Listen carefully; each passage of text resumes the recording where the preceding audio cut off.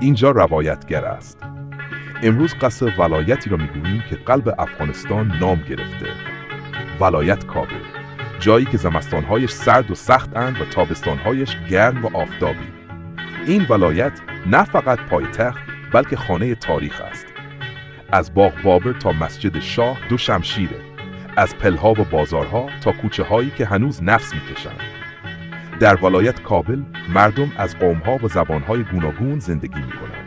پشتون، تاجیک، هزاره و دیگران. اینجا دری و پشت و زبان دل مردم است. کابل سالها شاهد جنگ و آرامش بوده، افتاده اما ایستاده است، چون مردمش صبر را از کوهها آموختند. اقتصاد کابل بر بازارها، صنایع دستی، ادارات دولتی و تجارت میچرخد و خیابانهایش همیشه در رفت و آمدن. اما کابل فقط کار و شلوغی نیست. کابل شهر و فرهنگ است. قهوه‌خانه ها، محفل ها و قصه هایی که شبها زنده میشوند. ولایت کابل شاید خسته باشد اما هنوز امید دارد.